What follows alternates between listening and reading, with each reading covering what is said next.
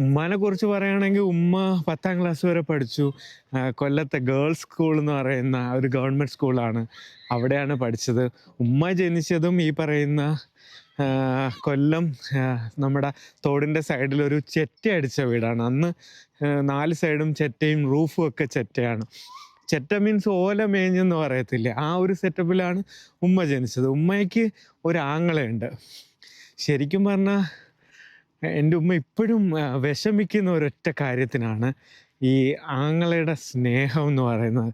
ശരിക്കും പറഞ്ഞാൽ ഉമ്മ ഇടയ്ക്ക് വെച്ചിട്ടൊരു 2 വർഷം മുമ്പ് ഉമ്മയ്ക്ക് ഇങ്ങനെ ഭയങ്കരമായിട്ട് പ്രഷറൊക്കെ കൂടി, ഉമ്മാൻ്റെ ചുണ്ടൊക്കെ ഇങ്ങനെ കോണിക്കൊക്കെ ചെയ്ത്.